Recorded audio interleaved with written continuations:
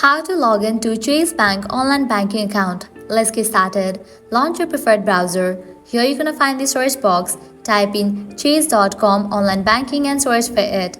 Different website links will appear. Navigate to this one website option. Enroll in Chase online banking. With that, you will be directed to the official website. Now at the top right corner, you're gonna find the option of sign in. Click on it. With that, you will be directed to the login page. Now from here, you can easily get access to your online banking of Chase.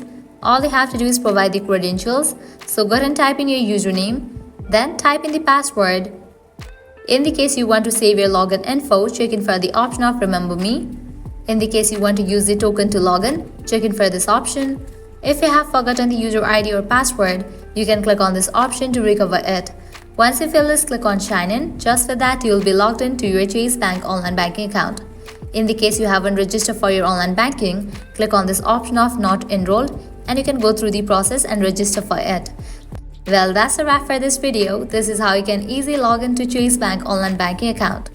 At the end, if you guys find this video helpful, don't forget to like, share and subscribe to our channel. Thanks for watching.